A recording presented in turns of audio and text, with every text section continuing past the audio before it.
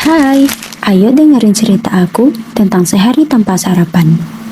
Kalian pernah gak sih bangun kesiangan, terus langsung buru-buru berangkat ke sekolah tanpa sarapan?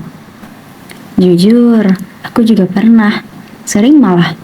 Waktu itu aku mikir, gak makan pagi juga gak apa-apa. Yang penting kan gak telat masuk kelas. Pagi itu aku langsung siap-siap, terus langsung deh berangkat. Awalnya sih biasa aja. Aku ngerasa oke-oke aja kok. Tapi pas sudah sampai di sekolah, mulai deh kerasa. Badan aku jadi agak lemas, terus perut mulai keroncongan. Dan yang paling ganggu tuh, aku jadi ngantuk banget. Padahal nih ya, pelajaran baru aja dimulai. Guru lagi jelasin di depan, tapi aku malah susah fokus. Rasanya kayak masuk kuping kanan, keluar kuping kiri. Aku coba buat merhatiin kok, tapi pikiran aku kemana-mana. Kepala rasanya berat banget, dan bawaannya pengen rebahan aja. Sementara itu, teman-teman aku kelihatan fokus. Ada yang angkat tangan, ada yang bisa jawab pertanyaan guru. Sedangkan aku cuma bisa diam. Jujur aja, di situ aku mulai panik. Soalnya aku nggak ngerti sama sekali apa yang lagi dipelajarin. Apalagi pas disuruh ngerjain soal, aku makin bingung. Mau mulai dari mana aja nggak tahu. Rasanya kayak otak aku nggak bisa diajak buat mikir. Dan akhirnya aku sadar, ternyata dari pagi aku belum makan apa-apa.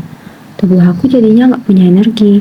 Jadi wajar aja sih kalau aku jadi lemas, ngantuk, dan nggak bisa fokus.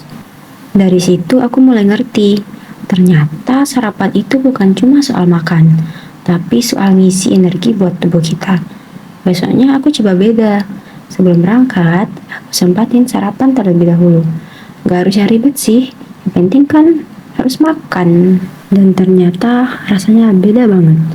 Aku jadi lebih segar, lebih fokus, dan lebih gampang ngerti pelajaran.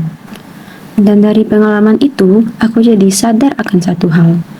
Kalau kita nggak sarapan, tubuh kita kayak kehabisan bahan bakar.